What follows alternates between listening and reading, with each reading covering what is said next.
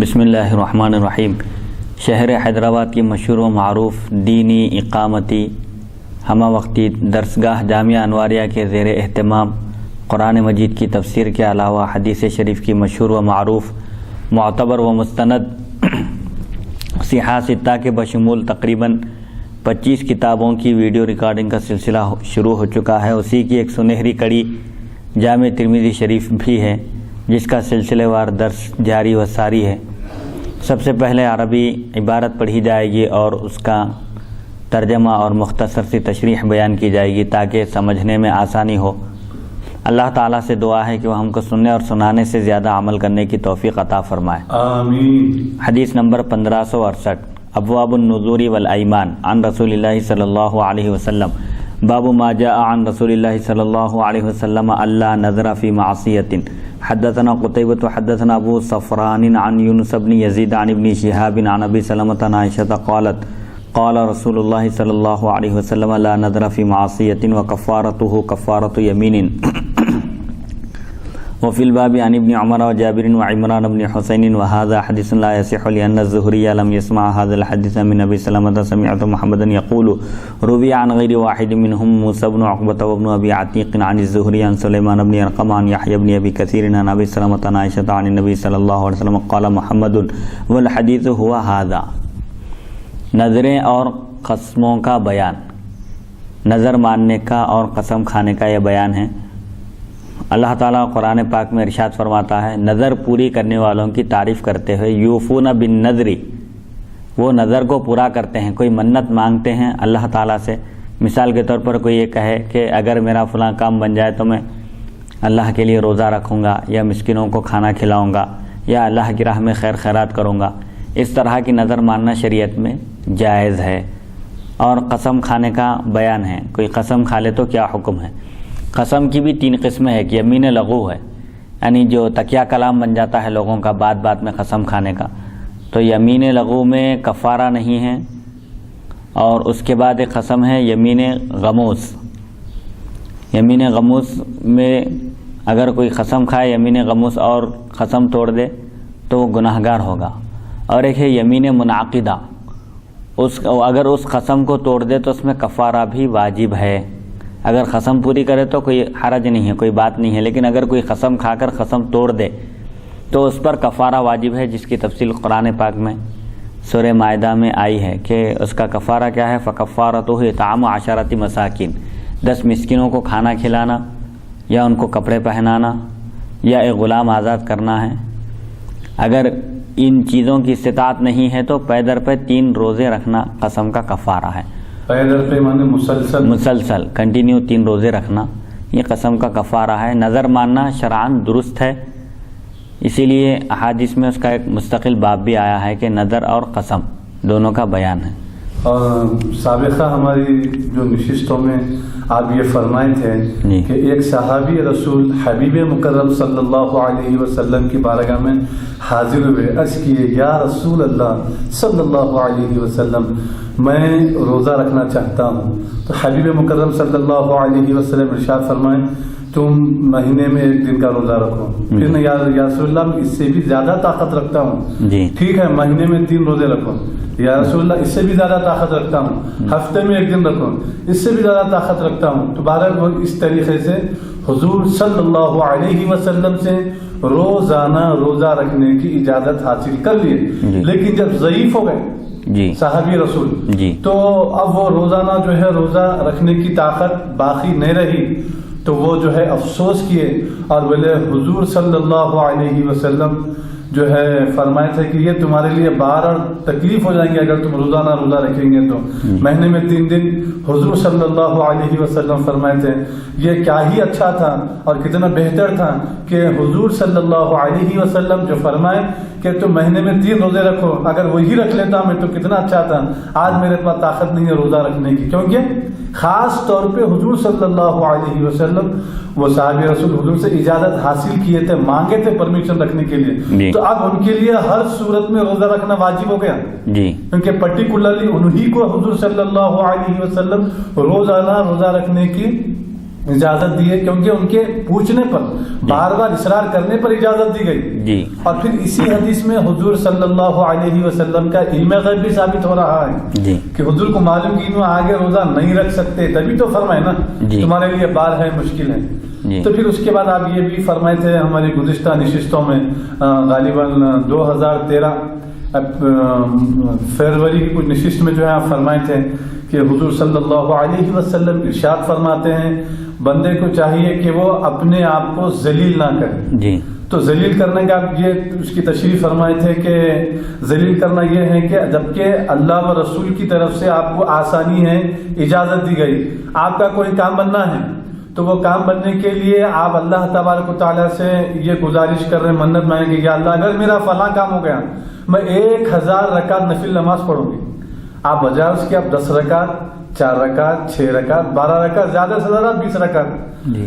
وہ بھی اگر آپ نفل نماز، یا رسول اللہ، یا اللہ اگر میرا یہ کام ہو جائے، میرے اللہ تو اپنے فضل سے اپنے کرم سے میرا یہ کام بنا دیا تو انشاءاللہ میں تیرے کو راضی اور خوش کرنے کے لیے تیرے خاطر 20 رکعت نفل نماز پڑھوں گی یا پڑھوں گا. یہ بہت کافی تھا نا. لیکن بندہ کیا کرا، 1000 رکعت نفل، فلاں کام اگر میرا ہو جائے یا اللہ تو تیرے کو راضی اور خوش کرنے کے لیے 1000 رکعت نفل نماز پڑھوں گا، یا پھر 4 بکرے ذبح کروں گا، کاٹوں گا، یا نہیں تو پھر خیر خیرات کروں گا، سخاوت کروں گا، یا نہیں تو پھر اتنے مہینے کے روزے رکھوں گا. اور وہ لوگ ایسا نہیں کر سکتے جو منت مانگتے ہیں. تو پھر گویا کہ آپ جو فرمائے تھے، حضور فرماتے ہیں کہ بندے کے لیے یہ مناسب نہیں کہ وہ اپنے آپ کو ذلیل کرے. تو یہ آپ اللہ کی بارگاہ میں اپنے آپ کو ذلیل کر رہے ہیں. جی. تو مومن کے لیے مناسب نہیں ہے کہ وہ اپنے آپ کو ذلیل کرے، یعنی جس چیز کو برداشت کرنے کی طاقت نہیں رکھتا اس کے در پہ ہو رہا ہے، یا جو کام نہیں کر سکتا اس کا اپنے آپ کو مکلف بنا رہا ہے، مجبور کر لے رہا ہے، اپنے آپ کو اس کا پابند کر رہا ہے یا مجبور کر رہا ہے. یہ درست نہیں ہے، مومن کے لیے مناسب نہیں ہے. تو اسی لیے یہ بھی بتایا جا رہا ہے کہ گناہ میں نظر نہیں، گناہ کی نظر مانا کوئی فلاں کو میں قتل کر دوں گا یا ایسا کروں گا ایسا. بہرحال شرعی حکم کی جہاں خلاف ورزی ہو رہی ہے، ایسی کوئی قسم کھایا ہے ایسی کوئی نظر مانا ہے تو اس کو پورا کرنا نہیں ہے بلکہ اس کو توڑ دینا ہے اس قسم کو. اور قسم توڑ دیے تو اس کا کفارہ، نظر کا کفارہ بھی وہی ہے جو قسم کا کفارہ ہے، یعنی 10 مسکینوں کو کھانا کھلانا اوسط درجے کا، یا ان کو کپڑے پہنانا، یا ایک غلام کو آزاد کرنا، یا مسلسل کنٹینیو 3 روزے رکھنا. حضرت عائشہ رضی اللہ عنہا سے روایت رسول اکرم صلی اللہ علیہ وسلم نے فرمایا گناہ میں نظر اور پورا کرنا جائز نہیں ہے. گناہ میں نظر نہیں ہے، مطلب گناہ کی نظر ماننا نہیں ہے، یہ درست نہیں ہے. اگر کوئی مان لے تو اس کو پورا کرنا بھی نہیں ہے، اچھی نظر کو پورا کرنا ہے. اور اس کا کفارہ وہی ہے جو قسم کا کفارہ ہے. اس باب میں حضرت ابن عمر، جابر اور عمران بن حسین رضی اللہ عنہم سے بھی روایت مذکور ہیں. یہ حدیث صحیح نہیں کیونکہ زہری نے ابو سلمہ سے حدیث نہیں سنی. امام ترمذی نے امام بخاری سے سنا اور فرماتے ہیں یہ حدیث متعدد کئی صحابہ سے مروی ہے. ان میں موسیٰ بن عقبہ اور ابن ابی عتیق شامل ہیں جو بواسطہ زہری سلیمان بن ارقم، یحییٰ بن ابی کثیر، ابو سلمہ اور حضرت عائشہ رضی اللہ عنہا نبی اکرم صلی اللہ علیہ وسلم سے روایت کرتے ہیں. امام بخاری فرماتے ہیں حدیث یہی ہے، یعنی ایک دوسری سند سے جو آئی ہے وہ اصل میں معتبر حدیث ہے، قابل بھروسہ ہے. اس کے جو روات ہیں وہ سب ثقہ ہیں، قابل بھروسہ ہیں. یعنی اس سے معلوم یہ ہوا کہ جو لوگ جو ہے نا مطلب یہ منت مانگتے ہیں، بعض ہمارے مسلمان بھائی جو سیدھے سادے ہیں، جو علم دین حاصل نہیں کریں، جو زیادہ شعور اور علم دین حاصل نہیں کیے، اور نہ ہی علماء کرام کی صحبت میں بیٹھے، اور نہ ہی ان کا جو ہے نا نشست جو اٹھتے ہیں بیٹھتے ہیں وہ علمی حلقہ نہیں ہے ان کا. جی. تو ایسی صورت میں لوگ کیا کرتے ہیں کہ اگر میرا بچہ ہوا تو ہم جو ہے نا جہانگیر پیا رحمۃ اللہ علیہ کی درگاہ میں جو ہے نا بال کاٹیں گے اس کے بول کے منت کر لیتے، بال کاٹیں گے جی. اور بکرا کاٹ کے بال کاٹنے کی منت کر لیتے جی. تو ایسی منت کرتے کہ وہ 5 سال کا، 6 سال کا، 7 سال کا ہو جاتا، جاتے نہیں وہ بالا کاٹتے نہیں. تو یہ مناسب نہیں ہے کہ ایسی منت نہ مانگی جائے کہ بال کاٹنے کی منت مانگ رہے ہیں. جی. بھائی ایسی منت، بال کاٹنے کی کیا منت ہے آپ کی؟ بھائی منت بولے تو اچھی چیزوں کی منت ہوتی ہے نا. جی. جیسا خود تلاوت قرآن ہے، نماز پڑھنا ہے، خیرات کرنا ہے، سخاوت کرنا ہے، ایسی بکرا وغیرہ کاٹنا ہے. جی. یہ چیزیں چلو بھائی اس سے لوگوں کو فائدہ ہو رہا ہے. یہ بال کاٹنے میں کیا ہے؟ فلاں. اچھا پھر اس کے علاوہ اور کیا کر رہے ہیں؟ وہ ڈوریاں جو آتے دیکھیے اب آج کل جو ہے درگاہوں میں، اولیاء اللہ کے مزار شریفوں میں، درگاہوں میں آپ دیکھیے، بلکہ پورے ہندوستان میں جی شاید کوئی ایسی درگاہ ہوں گی، میں تو اب تک تو نہیں دیکھا، کیونکہ میں کم سے کم 3000 بزرگوں کے، اولیاء اللہ کے درگاہوں کی زیارت کیا ہوں. کہیں کوئی ایک درگاہ ایسی نہیں ملی میرے کو جہاں پر ناڑے بنے ہوئے نہیں ہیں، جہاں پر خفلاں لگے ہوئے نہیں ہیں، جہاں افسوس کا مقام یہ ہے کہ یہ غیر مسلموں کا طریقہ ہے، یہ بالکل غیر مسلموں کا طریقہ ہے. اب دیکھیے وہ لوگ غیر مسلم کیا کرتے، اپنے مندروں میں جہاں پر بھی وہ لوگوں کا جو نیت خریدتی، ان لوگوں کی منت خریدتے، ان لوگ ڈوریاں بنتے، ناڑے بنتے اور خفلا وغیرہ لگاتے کرتے. اور بدبختی کی انتہا دیکھیے آپ، حضرت یہ فلاں عورت سے میری شادی کرا دی ہے بول کے جو ہے نا وہ لو لیٹر جو ہے نا وہ انگلش میں لکھ کے لگا رہا درگاہ کے اندر انہیں. اور یہ بات اچھے بھی لوگ ہیں، دیکھیے آپ مشائخین میں کتنا اچھا طبقہ ہے، وہ لوگ اصلاح بھی کرتے ہیں لوگوں کی. اب بات ایسے ہیں کہ وہ لوگ جو ہے نا شعور نہیں ہے، علم دین حاصل کرے بھی نہیں ہے، لیکن اس کی وجہ سے پورا وہ غلط بولنا یہ مناسب نہیں ہے، بہتر نہیں. تو اس قسم کی جو منت مانگ رہے ہیں، اور آپ دیکھیے یہ جو چورستے وغیرہ پہ مطلب یہ جو نا حضور حضرت شیخ سیدنا عبد القادر جیلانی رحمۃ اللہ علیہ سرکار غوث پاک رضی اللہ عنہ کا جو جھنڈا لگایا جاتا ہے، پھر وہاں پر جو ہے نا وہ چراغیں وغیرہ رکھ کے کنڈے میں جو ہے نا آگ لگا کے چراغیں رکھ کے جو ہے نا فاتحہ دلاتے ہیں لوگ، اگربتیاں لگاتے ہیں اور پھر دعا کر رہے ہیں. آپ یہ کہاں ہے؟ یہ کون سی حدیث سے ثابت کر سکتے ہیں آپ اس کو؟ نہ قرآن میں ہے نہ حدیث میں ہے. اور ایسی سری گمراہی ہے، کھلم کھلا حرام اور ناجائز ہے یہ کام، کھلم کھلا. آپ اپنے اولیاء اللہ سے جو محبت آپ جو رکھتے ہیں، ان سے جو آپ محبت کرتے ہیں، اس کا ثبوت کیا ہے؟ ان کے جو فرمائے ہوئے ارشادات ہیں اس پہ عمل کریے، اس سے زیادہ ان کو خوشی ہوں گی. جی اب ہم سمجھ رہے نا، اگر میں غلط ہوں تو میری اصلاح فرمائیے. درست ہے بالکل. یہاں کنڈے لگا رہی ہے، غیر مسلموں کا طریقہ ہے. چراغاں لگا رہے ہیں، وہ اس میں تیل ڈال کے جو ہے نا روئی کو جو ہے نا تھوڑا سا اونچا کر کے اس میں آگ لگائی جا رہی ہے. آپ بتائیے غیر مسلموں میں اور ہمارے میں کیا فرق رہا؟ جی نہیں. چلے کا مطلب کیا ہے؟ حضرت غوث اعظم دستگیر رضی اللہ عنہ، حضرت غریب نواز، بزرگان دین جس مقام پر چلہ بیٹھ کر عبادت کیے تھے، اللہ تعالیٰ کی عبادت میں منہمک اور مصروف ہو گئے تھے، وہ متبرک مقام ہے. تو ہر جگہ کہاں بیٹھے لوگ چلہ؟ ہندوستان میں دنیا کے چلے بنا دیے لوگ، سڑکوں پر بنے ہوئے ہیں، گلیوں میں، گلی کوچوں میں. اب وہاں پر جو عوام الناس ہے، جوہلا ہیں، لوگ جمعرات کے دن، جمعہ کے دن فاتحہ دلاتے ہیں، اگربتیاں لگاتے ہیں، ادان، یہ سب چیزیں درست نہیں ہیں. کیونکہ چلے کا مطلب یہی ہے کہ جہاں اس بزرگ نے قیام کیا تھا اور اللہ تعالیٰ کی عبادت کی تھی اور ذکر و اذکار کیا تھا، اس کی وجہ سے وہ حصہ متبرک ہے. حضرت سیدنا فاروق اعظم رضی اللہ عنہ کے دور میں بیعت رضوان جس جگہ ہوئی تھی، وہاں درخت کا لوگ احترام کرنے لگے تھے، تو آپ نے اس درخت کو کٹوا دیا. کیوں؟ کہیں آگے چل کر لوگوں کے اندر شرک اور ایسی چیزیں داخل نہ ہو جائیں. جیسا کہ حضرت نوح علیہ السلام کے زمانے میں جو بزرگان دین تھے، ان کے انتقال کے بعد لوگ بہت غمگین ہو گئے، کیونکہ ان سے بے انتہا محبت تھی، اب ان کی نظروں کے سامنے نہیں رہے. تو شیطان کیا آہستہ سے بت پرستی کا آغاز کیا. ان بزرگان دین کے مجسمے بنا کر پیش کیا کہ بھئی آپ کا غم ہلکا ہوتا، اس کو دیکھیے، ان کی یاد تازہ ہوتی اور آپ کی نظروں کے سامنے ہے. آہستہ آہستہ کیا ہوا، بڑے لوگ تو خالی بس احتراماً رکھے تھے اس کو، لیکن ان کے بعد جو نسل آئی وہ عبادت کرنا شروع کر دی.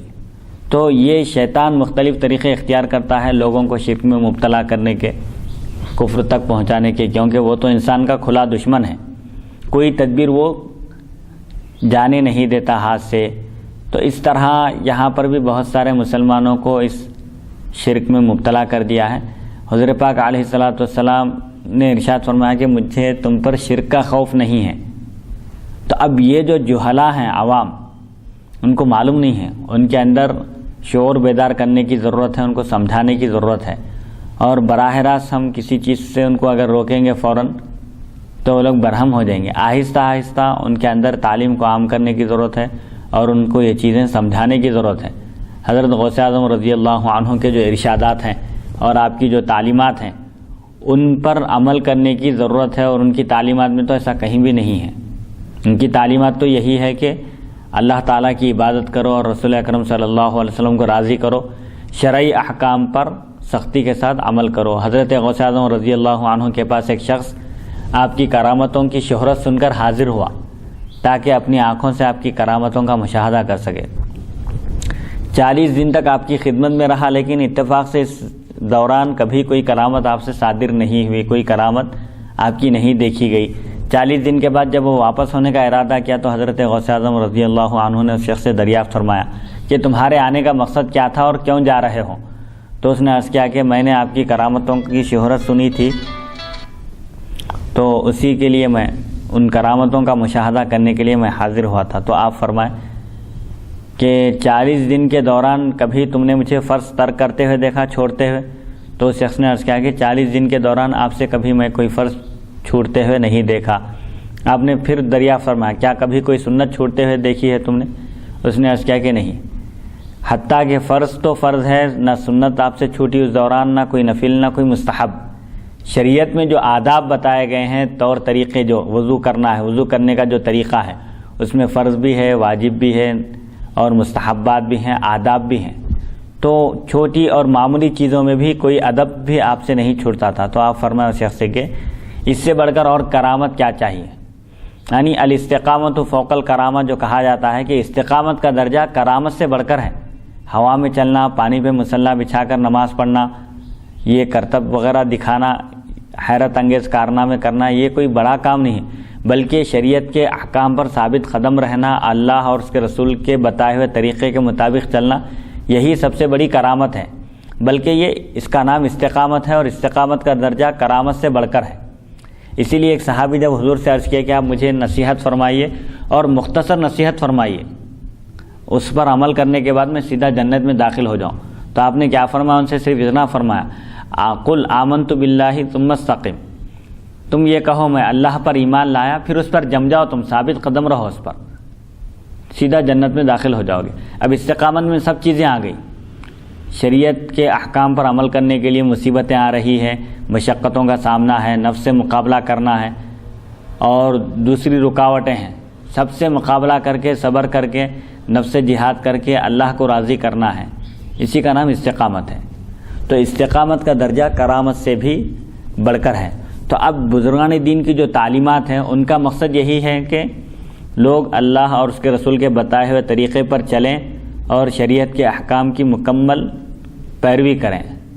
اسی لیے ایک بزرگ سے جب کہا گیا کہ فلاں شخص گوشہ نشین ہو گیا ہے اور اس کی شہرت ہو گئی ہے، دور دراز سے لوگ اس کی زیارت کے لیے آ رہے ہیں اس سے برکت حاصل کرنے کے لیے، تو حضرت بایزید بسطامی رحمۃ اللہ علیہ کے دور کا واقعہ ہے۔ تو حضرت فرمائے کہ اپنے مریدین سے فرمائیں کہ چلیے ہم بھی چل کر ان کی زیارت کرتے ہیں اور ان کے برکتوں سے ہم بھی مستفید ہوں گے، فائدہ اٹھائیں گے۔ یہ کہہ کر جب آپ سفر کی تیاری کی اور وہاں قریب پہنچے تو دیکھا کہ وہ شخص قبلے کی طرف رخ کر کے تھوک رہا ہے۔ تو آپ ملاقات کیے بغیر واپس ہو گئے، فوراً اسی وقت پلٹ گئے وہاں سے۔ مرید نے عرض کیا کہ اتنا لمبا سفر طے کر کے آئے ہیں اور ملاقات کیے بغیر ہی واپس چلے جا رہے ہیں۔ تو حضرت فرمائے کہ جو ایک ادب کا لحاظ نہیں رکھ سکتا، قبلے کی طرف تھوکنا یہ بے ادبی ہے، جو ایک ادب کا لحاظ نہیں رکھ سکتا، اس پر عمل نہیں کر سکتا، وہ بزرگ کیسے ہو سکتا ہے؟ حالانکہ کوئی بڑا گناہ نہیں ہے ایسا قبلے کی طرف رخ کر کے تھوکنا، لیکن آداب کے خلاف ہے۔ تو بزرگان دین کا طریقہ یہ تھا کہ وہ کوئی ادب بھی اپنے ہاتھ سے جانے نہیں دیتے تھے، ہر چیز میں سنت کی پیروی ان کا مقصد تھا، ان کی زندگی کا مقصد ہی یہی تھا کہ ایک ایک سنت پر عمل کریں اور کوئی چیز چھوٹنے نہ پائے۔ تو ان کی تعلیمات پر عمل کرنا ہی کامیابی ہے، ان کے بتائے ہوئے طریقے کو اختیار کرنا اور ان کے بتائے ہوئے ارشادات کے مطابق، تعلیمات کے مطابق اپنے آپ کو ان تعلیمات میں ڈھال دینا، اس کا نام حیات ہے، سمجھے، زندگی ہے۔ بزرگان دین نے یہ نہیں کہا کہ فلاں جگہ جاؤ، چلا بیٹھو، ایسے کام کرنے کا انہوں نے کبھی بھی حکم نہیں دیا۔ ان کا مقصد تو بس یہی ہے کہ اللہ اور اس کے رسول کو راضی کیا جائے ان کی تعلیمات پر عمل کر کے۔ سبحان اللہ، سبحان اللہ۔ حدیث نمبر 1569 حدثنا ابو اسماعیل محمد بن اسماعیل بن یوسف الترمذی حدثنا ایوب بن سلیمان بن بلال حدثني ابو بکر بن ابی اویس عن سلیمان بن بلال عن موسى بن عقبہ وعبد الله بن ابی عتیق عن الزهری عن سلیمان بن ارقم عن یحیی بن ابی کثیر عن نبی سلمۃ عن عائشہ عن النبی صلی اللہ علیہ وسلم قال لا نذر فی معصیۃ اللہ وکفارتہ کفارۃ یمین ھذا حدیث غریب وهو اصح من حدیث ابی صفوان عن یونس وقال قوم من اہل العلم من اصحاب النبی صلی اللہ علیہ وسلم وغیرہم لا نذر فی معصیۃ اللہ وکفارتہ کفارۃ یمین وهو قول احمد واسحاق واحتج بحدیث زہری عن ابی سلمۃ عن عائشہ وقال بعض اہل العلم من اصحاب النبی صلی اللہ علیہ وسلم وغیرہم لا نذر فی معصیۃ اللہ ولا کفارۃ فی ذلک وهو قول مالک والشافعی۔ حضرت عائشہ رضی اللہ تعالیٰ عنہ فرماتی ہیں نبی اکرم صلی اللہ علیہ وسلم نے فرمایا اللہ تعالیٰ کی نافرمانی میں نظر پوری نہیں کی جائے گی۔ نافرمانی کی کوئی نظر مانی گئی ہے تو اس کو پوری نہیں کرنا ہے، توڑ دینا ہے، اور اس کا کفارہ قسم کا کفارہ ہے، اور اس کا کفارہ وہی ہے جو قسم کا کفارہ ہے۔ قسم کا کفارہ کیا ہے؟ 10 مسکینوں کا اوسط درجے کا کھانا کھلانا، یا میڈیم، ایک دم معمولی بھی نہیں، ایک دم ہائی فائی بھی نہیں، میڈیم متوسط درجے کا کھانا کھلانا، یا 10 مسکینوں کا کپڑے پہنانا، یا پھر ایک غلام آزاد کرنا۔ غلام آزاد کرنے کا تو مشکل ہے کیونکہ اس دور یہ دور غلامی کا نہیں ہے۔ یہ 3 دن کے روزے رکھنا کنٹینیو مسلسل، اور پھر وہ مسکینوں کو کھانا 2 ٹائم کا کھلانا ہے یا 1 ٹائم کا کھلانا ہے؟ 10 مسکینوں کو 10 مسکینوں کو کھانا 2 ٹائم کا، بلکہ ایسا 2 ٹائم کا کھلانا ہے، 2 ٹائم کا پیٹ بھر کھانا کھلانا، پیٹ بھر کھانا کھلانا ہے۔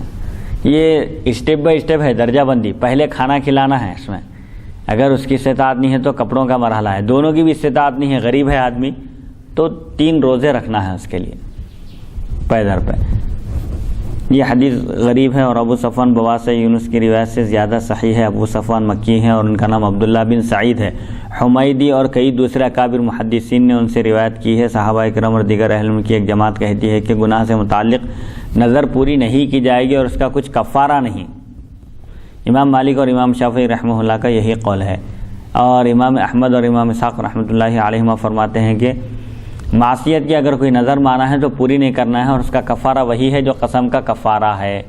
لیکن امام شافعی اور امام مالک فرماتے ہیں کہ اس کا کفارہ بھی نہیں ہے، گناہ گار ہوں گا توبہ کر لینا چاہیے اس کو، لیکن امام اعظم کے نزدیک کفارہ ہے ان کے پاس بھی۔ حدیث نمبر 1570 حدثنا قتيبة بن سعيد عن مالك عن طلحة بن عبد الملك الأيلي عن القاسم بن محمد عن عائشة عن النبي صلى الله عليه وسلم قال من نذر أن يطيع الله فليطيعه ومن نذر أن يعصي الله فلا يعصيه۔ حضرت عائشہ رضی اللہ عنہ سے روایت ہے، نبی اکرم صلی اللہ علیہ وسلم نے فرمایا جو شخص اللہ تعالیٰ کی اطاعت کی نظر مانے اسے اطاعت کرنی چاہیے، اور جو آدمی اللہ تعالیٰ کی نافرمانی کی نظر مانے اسے نافرمانی نہیں کرنی چاہیے۔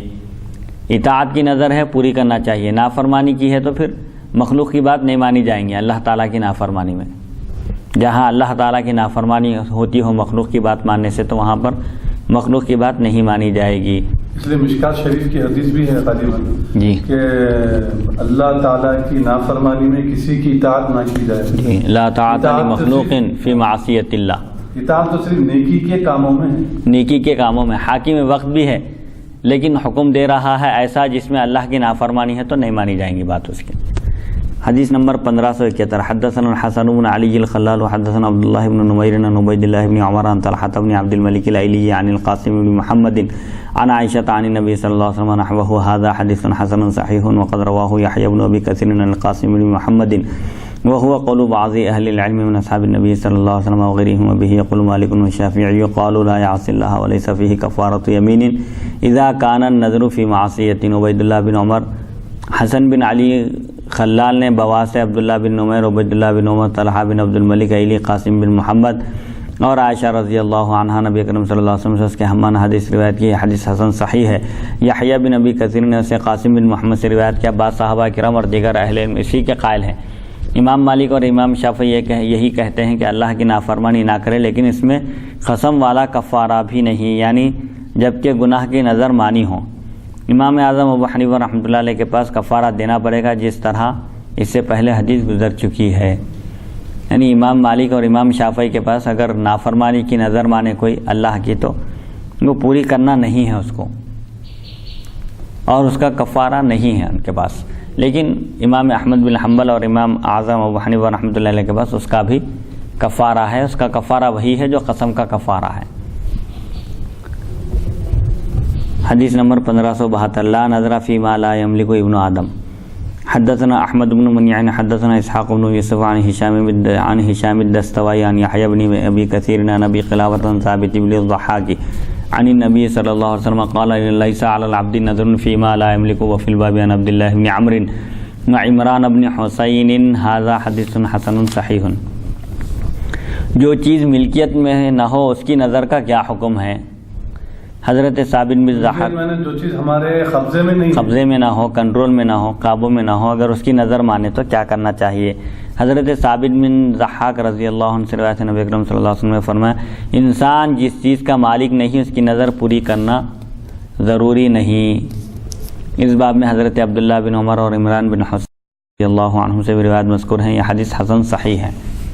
حدیث نمبر 1573، باب فی کفارۃ النذر اذا لم یسمى، نذر غیر معین کا کفارہ۔ نذر معین بولے تو میں فلاں مہینے میں فلاں دن فلاں تاریخ کو یہ کام کروں گا، بلکہ والا یہ نذر معین ہے۔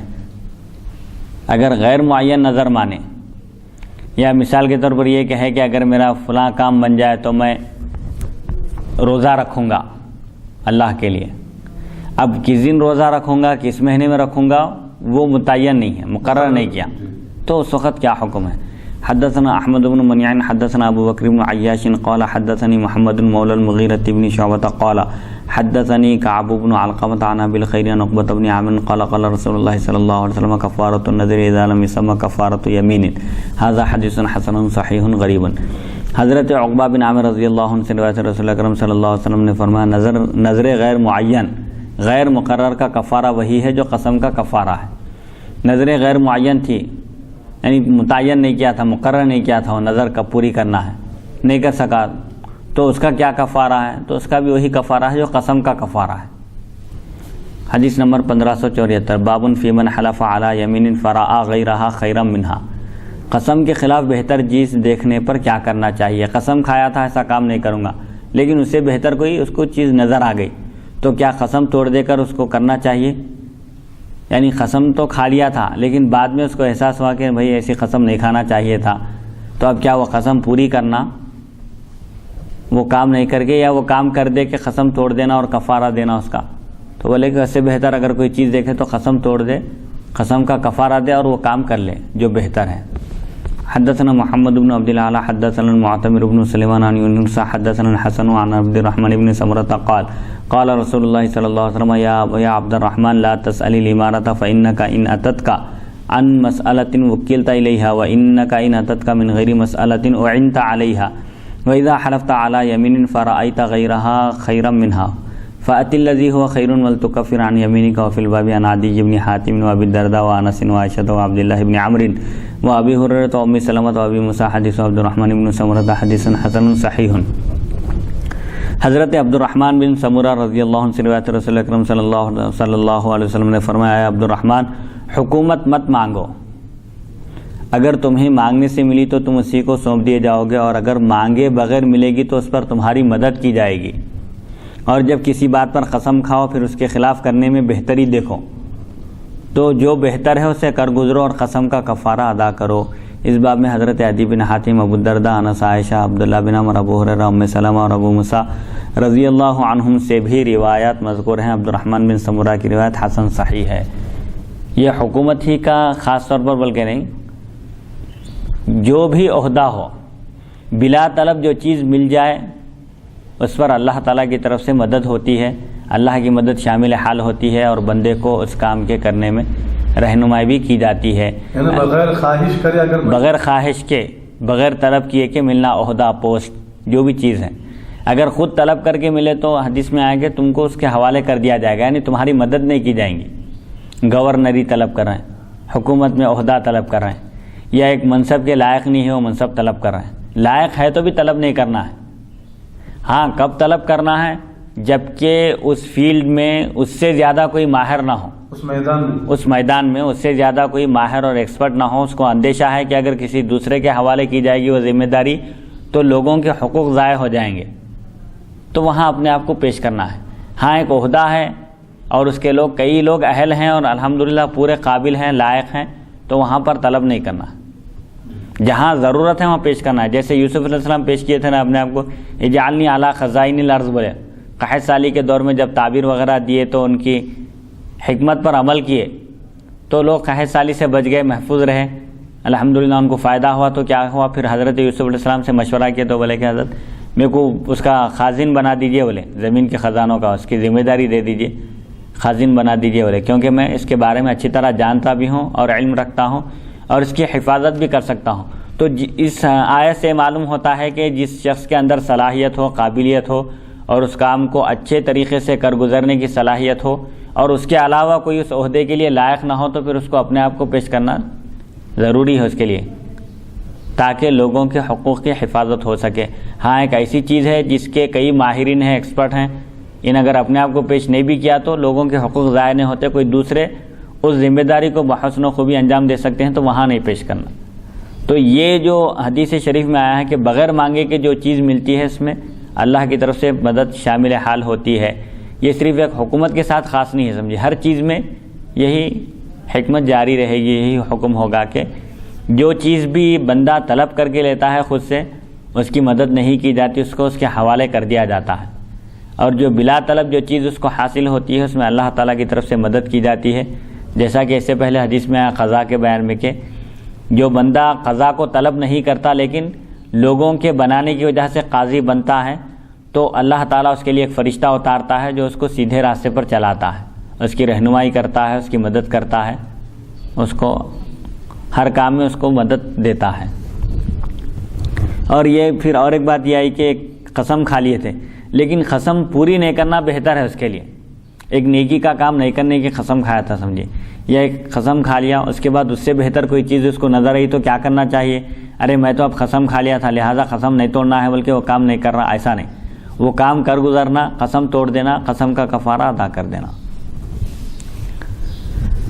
ایسے موقعوں پر قسم توڑنے کا حکم دیا گیا ہے، ایسے موقعوں پر کہ قسم کھانے کے بعد جس چیز کی قسم کھائے تو اس سے بہتر ہے وہ چیز، کوئی کام نہیں کرنے کی قسم کھائے تھے سمجھے آپ، کرنا بہتر ہے آپ کے لیے، تو کام کر گزرنا، قسم توڑ دینا، قسم کا کفارہ ادا کر دینا، ورنہ ہر موقع پر قسم توڑنا یہ بہت بری بات ہے، گناہ ہے، گناہ ہے قسم جیسا کہ توڑنا۔ میں تم سے اب رشتہ داری میں ہوتا نا، جی بھائی بھائیوں میں جو ہے نا نا اتفاقیاں ہوتے ہیں، اکثر کیا کرتے ہیں، یہ بیویاں آ کے بھائیوں میں لڑا دیتے ہیں، جی وہ بیوی آ کے یہ بھائی کو سکھاتی، یہ بیوی یہ بھائی کو سکھاتی، وہ چھوٹے جو معصوم بچے جی ہیں آپس میں لڑ لیتے ہیں، جی اس کی وجہ سے وہ چھوٹے بچوں کی لڑائی بڑوں میں آ جاتی ہے، تو عقل مند شعور والا شخص یہ جھگڑوں میں جاتا ہی نہیں جی۔ اب اس کے بعد وہ بھائی قسم کھا لیتے ہیں، میں زندگی بھر تیرا چہرہ نہیں دیکھوں گا، تیرے سے بات نہیں کروں گا، تو اپنا صورت میں دکھا میرے کو، تو یہ کیا ہے، رشتہ داری کو توڑنا بہت بڑا گناہ ہے۔ تو توڑنے کی اگر قسم کھالی تھی تو پھر اس کی قسم توڑنا بھی ضروری ہے، جی توڑ کے کفارہ دے دیا جائے۔ ہاں ایسی قسم جہاں اللہ کی نافرمانی ہوتی ہو وہاں وہ قسم پوری کرنا نہیں ہو، توڑ دینا ہے وہ قسم۔ حدیث نمبر 1575 بابن فی الکفارۃ قبل الحنث، قسم توڑنے سے پہلے کفارہ دینا چاہیے یا قسم توڑنے کے بعد؟ تو قسم توڑنے کے بعد کفارہ دیا جاتا ہے، پہلے نہیں دیا جاتا۔ جیسے نماز کا وقت ہونے سے پہلے نماز نہیں پڑھتے آپ، وقت ہونے کے بعد ہی نماز پڑھتے، تو اس کا سبب پایا جانا ہے نا۔ کفارہ کب واجب ہے؟ قسم توڑنے پر کفارہ واجب ہے، تو قسم توڑے ہی نہیں تو کفارہ واجب نہیں ہے، اس لیے پہلے قسم توڑنا، اس کے بعد کفارہ دینا ہے۔ حدثنا قتيبة عن مالك بن انس عن سهيل بن ابي صالح عن ابيه عن ابي هريره عن النبي صلى الله عليه وسلم قال من حلف على يمين فرأى غيرها خيرا منها فليكفر عن يمينه وليفعل. وفي الباب عن ام سلمة حديث ابي هريره حديث حسن صحيح والعمل على هذا عند اكثر اهل العلم من اصحاب النبي صلى الله عليه وسلم وغيرهم ان الكفارة قبل الحنث تجزئ وهو قول مالك والشافعي واحمد واسحاق. وقال بعض اهل العلم لا يكفر الا بعد الحنث. قال سفيان الثوري ان كفر بعد الحنث احب الي وان كفر قبل الحنث اجزاءه. حضرت ابو ہریرہ رضی اللہ عنہ نبی اکرم صلی اللہ علیہ وسلم سے روایت کرتے ہیں، آپ نے فرمایا جس نے کسی بات پر قسم کھائی پھر اس کے خلاف میں بہتری دیکھی تو چاہیے کہ قسم کا کفارہ دے اور اس کے خلاف کرے۔ اس باب میں حضرت ام سلمہ رضی اللہ عنہا سے بھی روایت مذکور ہے، حدیث ابو ہریرہ حسن صحیح ہے۔ اکثر صحابہ کرام اور دیگر اہل علم کا اس پر عمل ہے کہ قسم توڑنے سے پہلے کفارہ دینا جائز ہے۔ امام مالک، امام شافعی، امام احمد اور امام اسحاق رحمہ اللہ اسی کے قائل ہیں، ائمہ ثلاثہ۔ بعض علماء فرماتے ہیں قسم توڑنے سے پہلے کفارہ ادا نہ کرے۔ سفیان ثوری فرماتے ہیں قسم توڑنے کے بعد ادا کرنا مجھے زیادہ پسند ہے اور پہلے ادا کرنا کافی ہے۔ احناف کا مسلک یہ ہے کہ قسم توڑنے کے بعد کفارہ دینا ہے، قسم توڑنے سے پہلے نہیں۔ اگر کوئی قسم توڑنے سے پہلے کفارہ دے دے تو اس کا کوئی اعتبار نہیں ہے، قسم توڑنے کے بعد پھر کفارہ واجب ہے اس پر۔ اور امام شافعی، امام مالک، امام اسحاق کے پاس اگر کوئی کفارہ قسم توڑنے سے پہلے دے دے تو اب قسم توڑنے کے بعد کفارہ اس پر واجب نہیں ہے، کافی ہو گیا وہ کفارہ پہلے کا. یا توڑنے کے بعد بھی دے سکتا ہوں؟ توڑنے کے بعد بھی دے سکتا ہوں ان کے پاس. پہلے بھی دیا تو پہلے بھی دیا تو بعد میں دینے کی ضرورت نہیں ہو رہا ہے، پہلے دے دیا تو. لیکن احناف کے پاس پہلے دینے کا اعتبار نہیں ہے، دے دیا تو بھی وہ شمار نہیں ہوگا، قسم توڑنے کے بعد پھر دینا واجب ہے. اور سفیان ثوری فرماتے ہیں اگر کوئی قسم توڑنے سے پہلے دے دیا تو کافی ہو جائے گا اس کو، لیکن بہتر یہ ہے کہ قسم توڑنے کے بعد کفارہ دے، یہ زیادہ پسند ہے ورنہ دو چیزوں میں. حدیث نمبر 1576 بابن فی الاستثناء فی الیمین، قسم میں استثناء کرنا. حدثنا محمود بن غیلان حدثنا عبد الصمد بن عبد الوارث قال حدثني ابي وحماد بن سلمة عن ايوب نافع عن ابن عمر ان رسول الله صلى الله عليه وسلم قال من حلف على يمين فقال ان شاء الله فلا حنث عليه. وفي الباب عن ابي هريره حديث ابن عمر حديث حسن وقد رواه عبيد الله بن عمر وغيره عن نافع عن ابن عمر موقوفا وهكذا رواه سالم عن ابن عمر موقوفا ولا نعلم احدا رفعه غير ايوب السختياني. وقال اسماعيل بن ابراهيم كان ايوب احيانا يرفعه واحيانا لا يرفعه والعمل على هذا عند اكثر اهل العلم من اصحاب النبي صلى الله عليه وسلم وغيرهم ان الاستثناء اذا كان موصولا باليمين فلا حنث عليه وهو قول سفيان الثوري والاوزاعي ومالك بن انس وعبد الله بن مبارك والشافعي واحمد واسحاق. قسم میں استثناء کرنا کیسا ہے؟ استثناء درست ہے. اس میں استثناء یعنی اگر کوئی قسم کھائے اس کے ساتھ انشاءاللہ کہہ دے تو قسم شمار نہیں ہوگی. اب جیسے کوئی اپنی بیوی کو اگر بولا تجھ کو طلاق ہے انشاءاللہ بولا تو طلاق نہیں ہوتی. کیوں؟ اللہ تعالیٰ کی مشیت کیا ہے بندے کو کیسا معلوم ہو سکتی؟ یہ فوراً متصل بولنا ہے اس کے فوری بولنا ہے اس کے ساتھ ہی. پہلے یہ بول دیا اس کے بعد تھوڑا وقفہ ہوا یا تھوڑی دیر کے بعد بولا انشاءاللہ ہوا تو وہ اعتبار نہیں ہوگا. متصل قسم میں استثناء درست ہے، منفصل درست نہیں ہے. بعد میں بول رہا انشاءاللہ اس کا اعتبار نہیں ہوگا. کلام کے ساتھ ہی اس کا متصل مربوط ہے. وہ جملہ بولنے کے فوری بعد جو جملہ کہا جائے جی اس سے پہلے کہ کوئی دوسری بات نہ ہو. امام اعظم کا اس مسئلے میں ایک واقعہ پیش آیا تھا. منصور کا زمانہ تھا غالباً، تو منصور کے پاس ایک صاحب امام اعظم کی شکایت کی اور بولے کہ آپ کے جد امجد حضرت ابن عباس رضی اللہ عنہما فرماتے ہیں کہ قسم میں استثناء منفصل بعد میں بھی اگر کوئی انشاءاللہ کہے تو یہ درست ہے ان کے پاس، جبکہ امام اعظم اس کو درست نہیں قرار دیتے، ان کی خلاف ورزی کر رہے ہیں. تو امام اعظم کو بلایا گیا، آپ سے پوچھا گیا تو آپ فرمائے کہ میں یہ اس لیے کہہ رہا ہوں کہ آپ کے سامنے اگر منفصل استثناء کو درست قرار دیا جائے بعد میں بھی اگر کوئی انشاءاللہ کہے اس کو درست قرار دیا جائے تو کیا ہوگا؟ آپ کے سامنے بیعت کریں گے، لوگ بیعت کریں گے آپ کی اطاعت کرنے کی، آپ کی بات ماننے کی، اور بعد میں انشاءاللہ بولیں گے تو توڑ بھی دے سکتے وہ لوگ. اسی لیے متصل بولنا ضروری ہے بلکہ فرمایا. تو ان کے دلائل ہے امام اعظم کے بھی دوسرے احادیث وغیرہ سے کہ استثناء جو ہونا چاہیے وہ فوراً ہونا چاہیے، متصل ہی. جو بات ہی ہے، جو قسم کھائی جا رہی ہے یا جو نظر مانی جا رہی ہے اسی کے ساتھ متصل ہونا چاہیے. وہ بعد میں اگر کہے تو اس کا اعتبار نہیں ہے. حضرت ابن عمر رضی اللہ عنہما سے روایت ہے، رسول اکرم صلی اللہ علیہ وسلم نے فرمایا جس نے قسم کھائی اور انشاءاللہ کہا، یعنی اگر اللہ نے چاہا تو کہا تو وہ حانث نہیں ہوگا، یعنی قسم توڑنے پر کفارہ نہیں ہوگا. کیونکہ انشاءاللہ کہنے کی صورت میں اگر اللہ نے چاہا بولے تو اللہ کی مشیت بندہ نہیں معلوم کر سکتا. تو اس کی مشیت میں کیا ہے؟ یہ بندہ اس کا علم، بندے کو اس کا علم نہیں ہے. کا مطلب یہ ہے کہ اللہ چاہ رہا نہیں چاہ رہا تو کیسا معلوم؟ ہاں، اللہ چاہ رہا نہیں چاہ رہا بندے کو نہیں معلوم ہو سکتا ہے. اسی لیے اگر کوئی اپنی قسم میں انشاءاللہ کہے اور اس کے بعد قسم توڑ دے تو اس پر کفارہ نہیں ہے. اس باب میں حضرت ابو ہریرہ رضی اللہ عنہ سے بھی روایت، ابن عمر کی روایت حسن ہے. عبید اللہ بن عمر وغیرہ نے بواسطہ نافع حضرت ابن عمر رضی اللہ عنہما سے موقوفاً روایت کی ہے. سالم نے بھی حضرت ابن عمر سے اسی طرح موقوف روایت کی. ہم ایوب سختیانی کے علاوہ کسی دوسرے کو نہیں جانتے جس نے مرفوعاً روایت کی ہو. اسماعیل بن ابراہیم کہتے ہیں ایوب کبھی مرفوع بیان کرتے ہیں اور کبھی غیر مرفوع. مرفوع کا مطلب جس کی سند نبی اکرم صلی اللہ علیہ وسلم تک پہنچے، اور موقوف اس حدیث کو کہتے ہیں جس کی سند صحابی تک پہنچے. اکثر صحابہ کرام اور دیگر اہل علم کا اس پر عمل ہے کہ قسم کے ساتھ ملا کر انشاءاللہ کہنے پر حانث نہ ہوگا. قسم کے ساتھ ملا کر کہنا ہے تو حانث نہیں ہوگا. سفیان ثوری، امام اوزاعی، امام مالک بن انس، عبداللہ بن مبارک، امام شافعی، امام احمد اور امام اسحاق رحمہ اللہ اسی کے قائل ہیں. احناف کا بھی یہی قول ہے کہ ملا کر کہنا ہے انشاءاللہ، متصل اگر کہے تو درست ہے. حدیث نمبر 1577 حدثنا یحیی بن موسیٰ حدثنا عبد الرزاق حدثنا معمر عن ابن طاووس عن ابی هريرة ان رسول اللہ صلی اللہ علیہ وسلم قال من حلف فقال ان شاء اللہ لم يحنث سألت محمد بن اسماعیل عن هذا الحديث فقال هذا حديث خطأ اخطأ فيه عبد الرزاق اختصره من حديث معمر عن ابن طاووس عن ابيه عن ابي هريرة عن النبي صلی اللہ علیہ وسلم قال ان سلیمان بن داود علیہ السلام قال لأطوفن الليلة على 70 امرأة تلد كل امرأة غلاما فطاف عليهن فلم تلد امرأة منهن إلا امرأة نصف غلام فقال رسول الله صلى الله عليه وسلم لو قال إن شاء الله لكان كما قال هكذا روى عبد الرزاق عن معمر عن ابن طاووس عن أبيه هذا الحديث بطوله وقال 70 امرأة وقد روي هذا الحديث من غير وجه عن أبي هريرة عن النبي صلى الله عليه وسلم قال قال سليمان بن داود لأطوفن الليلة على 100 امرأة. حضرت ابو ہریرہ رضی اللہ عنہ سے روایت رسول اکرم صلی اللہ علیہ وسلم نے فرمایا جس نے قسم کھاتے ہوئے انشاءاللہ کہا وہ حانث نہ ہوگا. میں نے امام بخاری رحمۃ اللہ علیہ سے اس حدیث کے بارے میں پوچھا تو انہوں نے فرمایا اس حدیث میں خطا ہے اور وہ خطا عبدالرزاق سے سرزد ہوئی. معمر کی روایت سے مختصر بیان کر دی. پوری حدیث یوں ہے، نبی اکرم صلی اللہ علیہ وسلم فرماتے ہیں سلیمان بن داؤد علیہ السلام نے فرمایا میں آج رات 70 عورتوں کے پاس جاؤں گا. حضرت سلیمان علیہ السلام کی ازواج ایک روایت میں ہے 70 ہے اور آگے اسی روایت میں آ رہا ہے کہ 100 ازواج مطہرات تھیں ان کی ازواج.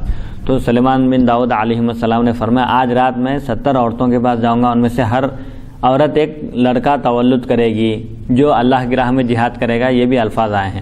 چنانچہ وہ ان عورتوں کے پاس گئے لیکن ایک عورت کے سوا کسی کے پاس بھی لڑکا تولد نہیں ہوا، اور جس عورت کے پاس ایک لڑکا تولد ہوا تھا اس نے بھی نصف بچہ تولد کیا، یعنی پورا مکمل نہیں تھا وہ بھی.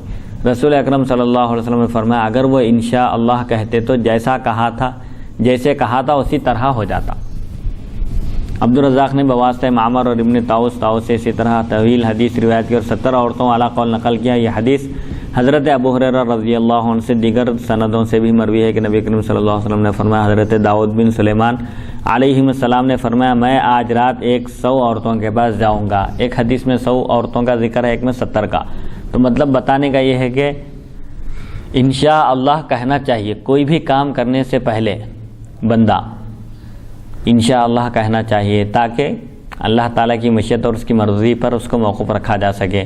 حضرت پاک علیہ الصلوۃ والسلام سے اللہ تعالیٰ نے ارشاد فرمایا وَلَا تَقُولَنَّ لِشَيْءٍ إِنِّي فَاعِلٌ ذَلِكَ غَدًا إِلَّا أَن يَشَاءَ اللَّهُ. یہود کوئی سوال پوچھنے کے لیے آئے تھے کسی مسئلے میں تو آپ فرمائیں گے میں بیان کروں گا، فرمائیں کل بتاؤں گا، بولے انشاءاللہ نہیں فرمائے حضور. تو اللہ تعالیٰ اس وقت آپ کو یہ تعلیم دیا کہ کوئی بھی کام کرنے سے پہلے کہ میں کل یہ کام کروں گا تو اس کے ساتھ انشاءاللہ کہہ دیا کرو. یہ تعلیم دی گئی. تو حضرت سلیمان علیہ السلام بھی اگر یہاں پر انشاءاللہ کہتے تو وہ جیسے چاہتے تھے 70 ازواج کے پاس گئے یا 100 ازواج کے پاس گئے تو سب سے لڑکے تولد ہوتے تھے اور سب اللہ کی راہ میں جہاد کرنے والے ہوتے تھے بشرطے کہ وہ انشاءاللہ کہتے تھے. تو انشاءاللہ کہنا بھول گئے تھے.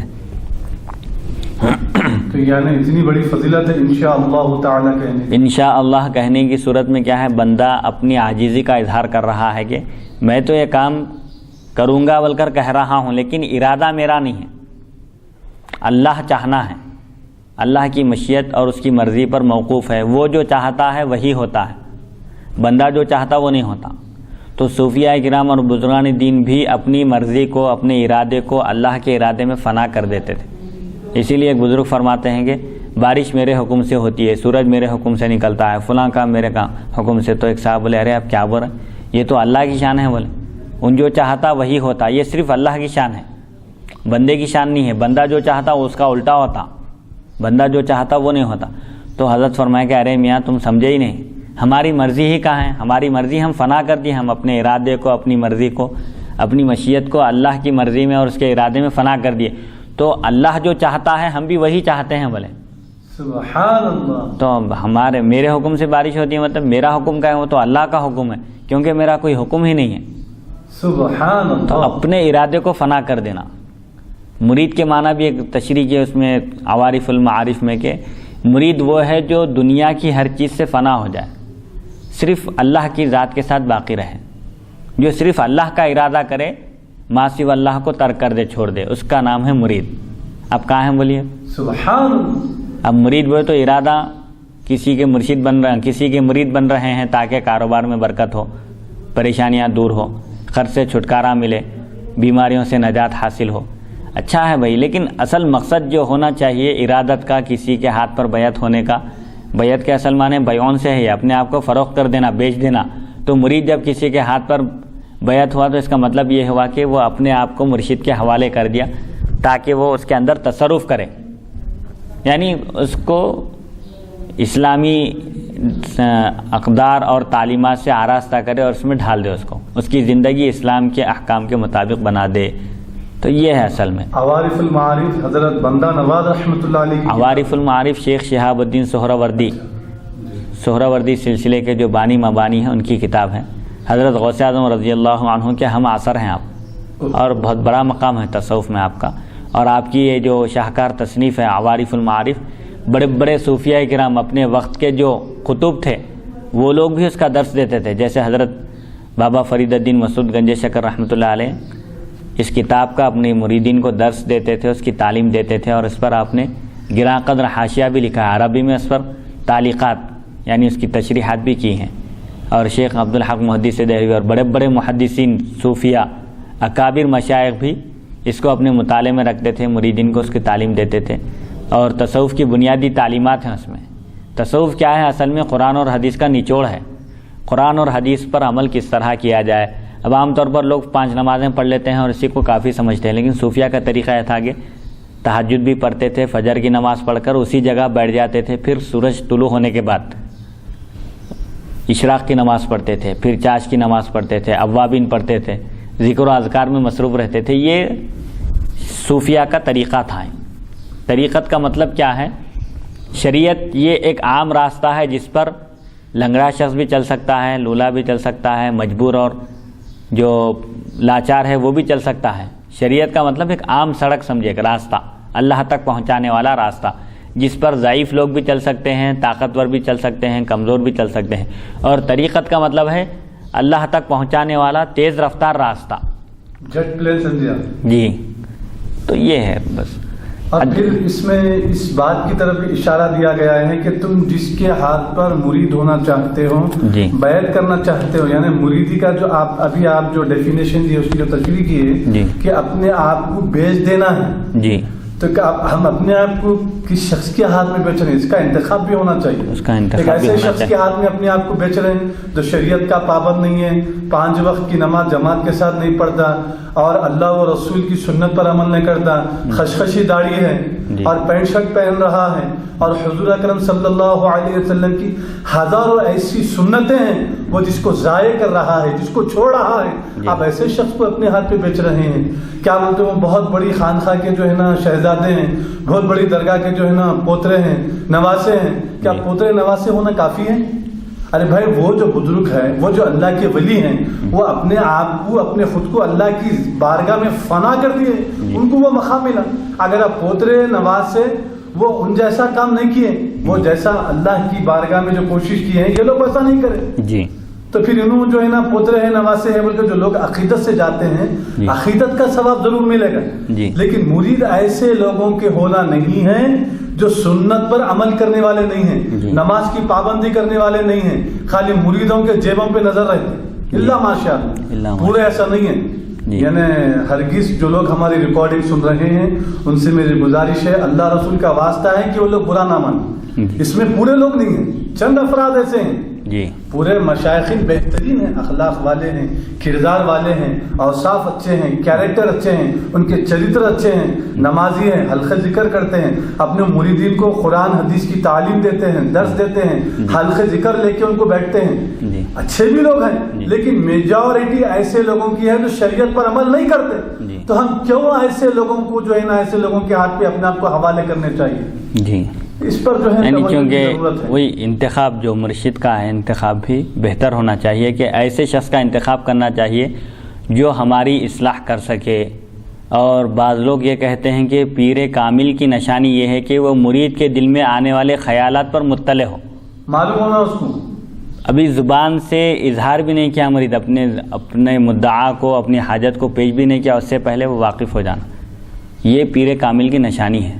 حضرت ہمارے مفتی ابراہیم خلیل ہاشمی صاحب، جی، جو شیخ الفقہ حضرت ابراہیم خلیل ہاشمی رحمۃ اللہ علیہ سے صاحب سے میں بڑی پیاری بات سنا تھا. وہ حضرت نظام الدین محبوب الہی رحمۃ اللہ علیہ کی بارگاہ میں آپ کے مرید آئے, کچھ نام ہے ان کا, نام میرے کو یاد نہیں آ رہا, تو وہ مرید آپ کی بارگاہ میں جو ہے حاضر ہوئے. ان کے دل میں خیال یہ تھا کہ جو ہے نا وہ کیمیا سے سونا بنانے کی بڑی خواہش تھی. اور ایک فارمولا ہے کیمیا سے سونا بناتے بول کے, وہ اب تک بنا وہ تو معلوم نہیں ہے, لیکن ایک سنتے ہیں کہ کیمیا سے سونا بنانے کی, لہٰذا میں حضرت سے کوئی وظیفہ ایسا پوچھوں گا کہ وہ پڑھ کے جو ہے اس کو سونا بنا دوں گا, کچھ ایسا پوچھوں گا بول کے آپ حاضر ہوئے تھے. لیکن نظام الدین محبوب الہی رحمۃ اللہ علیہ آپ کو لنگر پر مقرر کر دیا, معمور کر دیا, لوگوں کو کھانا کھلانے پر اور پکوان کے پر معمور کر دیا. تو چنانچہ پیر و مرشد کا حکم تھا, خاموش ہو گئے. وہ لنگر پہ جو ہے ان کو مقرر کر دیا, اس کام کو جو ہے نا وہ انجام دے رہے تھے, وہ کام پورا کر رہے تھے. چند روز کے بعد نظام الدین محبوب الہی رحمۃ اللہ علیہ تشریف لائے اور اس مرید کو بلائے, پوچھے میاں چل رہا ہے؟ تو وہ مرید بولے الحمدللہ حضرت آپ جیسا فرمائے تھے کام اللہ کی توفیق سے, اللہ کی مدد سے اچھا چل رہا ہے, پکوان بھی ہو رہا ہے, لوگ 3 ٹائم الحمدللہ کئی 100 لوگ کھا رہے ہیں. یعنی اس زمانے میں خانخواہوں میں جو ہے نا پکوان ہوتا تھا, لنگر ہوتا تھا, لوگ کھاتے تھے, تعلیم ہوتی تھی, درس حدیث وغیرہ ہوتا تھا. آج بھی ماشاءاللہ حیدرآباد میں کئی ہماری ایسی خانقاہیں ہیں جہاں پر کھانا بھی کھلایا جا رہا ہے, مریدوں کو تعلیم بھی دی جا رہی ہے. الحمدللہ الحمدللہ. تو آپ اس مرید کو بولے جاؤ میرے لیے طہارت کا ڈھیلا لے کر آؤ, بولے طہارت کے لیے ڈھیلا لے کے آؤ. تو وہ مرید جو ہے نا, کیونکہ مرشد فرمایا طہارت کے لیے ڈھیلا لے کے آؤ, تو طہارت کرنے کے لیے مطلب طہارت کے لیے ڈھیلا لانے کے لیے گیا.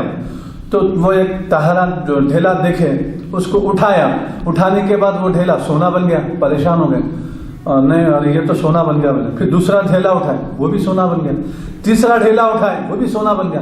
پریشان ہو کے بھاگتے ہوئے آپ اپنے پیر و مرشد حضرت نظام الدین محبوب الہی رحمۃ اللہ علیہ کے پاس حاضر ہوئے اور عرض کیے حضرت یہ غیر معمولی زندگی میں کبھی ایسا نہیں ہوا کہ میں جو ڈھیلا اٹھا رہا ہوں وہ سونا بن رہا ہے, اب یہ کیا ماجرا ہے بول کے پوچھے ہوں. تو نظام الدین محبوب الہی رحمۃ اللہ علیہ ارشاد فرماتے ہیں ایسی چیز کا تیرے دل میں خیال کیسے آئے جو طہارت کے لیے قابل نہیں ہے. بولے ڈھیلا, خیال, ایسی چیز کا تیرے دل میں خیال کیسا آیا, ایسی چیز جو طہارت لینے کے قابل نہیں ہے. سونے سے آپ طہارت لے سکتے ہیں, سونے سے آپ کی طہارت ہوگی, نہیں ہو سکتی, تو خیال کیسے آیا. بولے نظام الدین محبوب الہی رحمۃ اللہ علیہ فوری پیروں پہ گر گئے اور جو ہے نا حضرت سے جو ہے نا لپٹ لیے کہ واقعی آپ میری اصلاح فرمائے.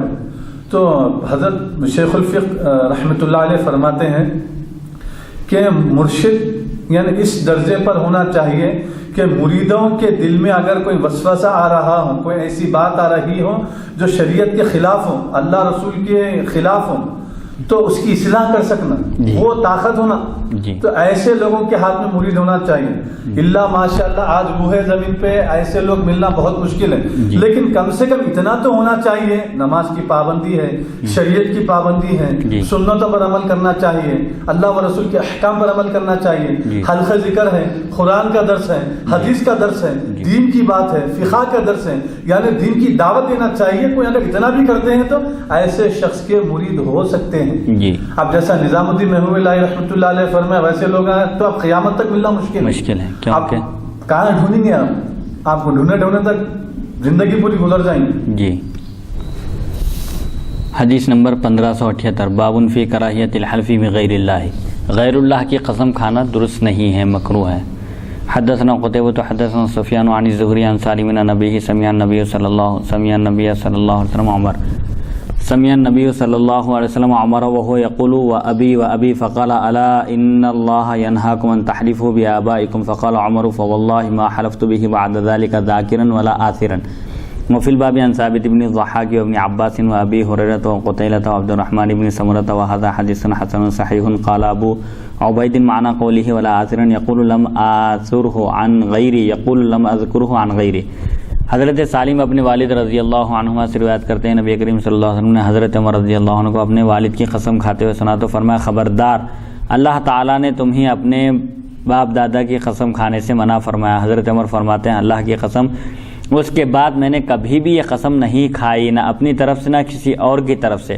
اس باب میں حضرت ثابت بن ضحاک ابن عباس ابو ہریرہ قتیلہ اور عبد الرحمن بن سمرہ رضی اللہ عنہ سے روایت مذکور ہیں. حدیث حسن صحیح ہے.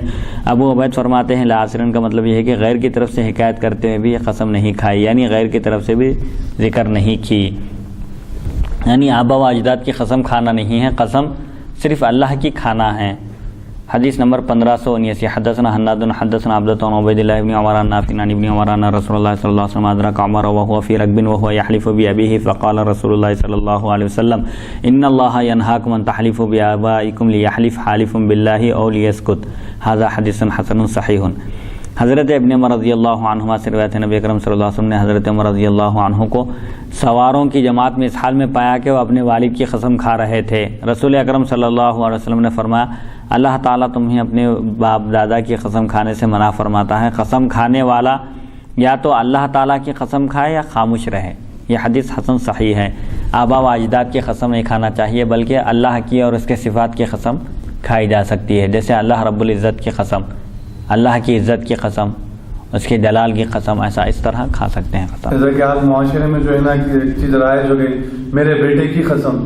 والدین کیا کرتا ہے اگر اپنے بچوں سے کوئی بات منوانا ہے یا کوئی کام کروانا ہے، بیٹے میرے سر پہ ہاتھ رکھ کے قسم کھا، تو فوری سر پہ ہاتھ رکھ کے قسم کھا کے بول تو یہ کام کرتا بول کے، تو مطلب ایسا قسم کھانے سے روک دیا گیا ہے، بلکہ حرامی ہے، شد اللہ کے علاوہ درست نہیں ہے، مکروہ ہے، سمجھے حرام کے قریب ہے۔ حدیث نمبر 1580 حدثنا قتيبة حدثنا ابو خالد الاحمر عن الحسن بن عبید اللہ عن سعد بن عبیدۃ ان ابن عمر سمع رجلا يقول لا والكعبة فقال ابن عمر يحلف بغير الله فاني سمعت رسول الله صلى الله عليه وسلم يقول من حلف بغير الله فقد كفر واشرك هذا حديث حسن وتفسير هذا الحديث عند بعض اهل العلم ان قوله فقد كفر واشرك على التغليظ والحجة في ذلك حديث ابن عمر ان النبي صلى الله عليه وسلم سمع عمر يقول وابي فقال الا ان الله ينهاكم ان تحلفوا بآبائكم وحديث برة عن النبي صلى الله عليه وسلم انه قال من قال في حلفه واللات والعزى فليقل لا اله الا الله وهذا مثل ما روي عن النبي صلى الله عليه وسلم انه قال رياء شرك وقد فسر بعض اهل العلم هذه الآية من كان يرجو لقاء ربه فليعمل عملا صالحا لا قال لا يرائي۔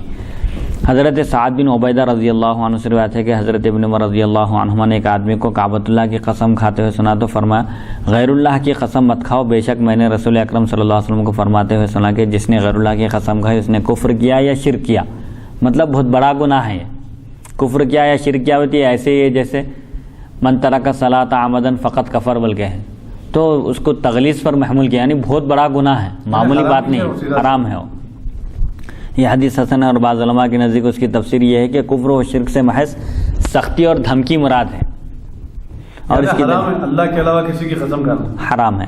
اور اس کی دلیل حضرت ابن عمر رضی اللہ عنہ کی روایت ہے کہ نبی کریم صلی اللہ علیہ وسلم نے حضرت عمر رضی اللہ عنہ کو والد کی قسم کھاتے ہوئے سنا تو فرمایا خبردار اللہ تعالیٰ نے تمہیں باپ دادا کی قسم کھانے سے منع فرمایا۔ اور حضرت صلی اللہ علیہ وسلم سے حضرت ابو ہریرہ رضی اللہ عنہ کی روایت ہے کہ آپ نے فرمایا جو شخص لات اور عزیٰ کی قسم کھائے، دور جاہلیت کے بت کے نام ہیں لات اور عزیٰ، عرب جن کی پرستش اور پوجا کرتے تھے، تو جو شخص لات اور عزیٰ کی قسم کھائے تو اسے لا الہ الا اللہ کہنا چاہیے۔ اور یہ اسی طرح ہے جس طرح حضرت صلی اللہ علیہ وسلم سے مروی ہے کہ ریا شرک ہے، ریاکاری شرک ہے، مطلب کیا ہے، مشرک ہو جاتا ہے، ریاکاری کرنے والا شرک تک پہنچا دیتی ہے یہ چیز۔ سختی اور دھمکی مراد ہے یہاں پر کہ ریاکاری بہت بڑا گناہ سے بچنا چاہیے، شرک تک پہنچا دیتا ہے کبھی یہ گناہ۔ بعض علماء نے شاید من کان یرجو لقاء ربہ فلیعمل عملا صالحا، یعنی جو شخص اپنے رب سے ملاقات کی امید رکھتا ہے، یقین رکھتا ہے، تو اس کو چاہیے کہ وہ نیک عمل کا راستہ اختیار کرے، نیک عمل کرے۔ کی تفسیر میں یہی کہا ہے کہ کسی کو دکھانے کے لیے نہ کرے، عبادت کرے تو صرف اللہ کے لیے، کوئی عمل کرے تو صرف اللہ کے لیے، نیکی ہو اللہ کے لیے، خیر خیرات ہو، ہر چیز اللہ کے لیے ہونا چاہیے۔ اس آیت کی تفسیر میں یہی بتایا کہ فلیعمل عملا صالحا ولا یشرک بعبادت ربہ احدا، اور اپنے رب کی عبادت میں کسی کو شریک نہ ٹھہرائے۔ تو اپنے رب کی عبادت میں کسی کو شریک نہ ٹھہرائے کا مطلب یہ ہے کہ عبادت میں ریاکاری نہ کرے، لوگوں کو دکھاوے کے لیے، لوگوں کو دکھانے کے لیے عبادت نہ کرے، بلکہ محض اللہ کی خوشنودی کے لیے اور صرف اللہ کے لیے اس کی عبادت کرے۔ صلی اللہ تعالی علی خیر خلقہ سیدنا محمد و آلہ و صحبہ اجمعین والحمد للہ رب العالمین۔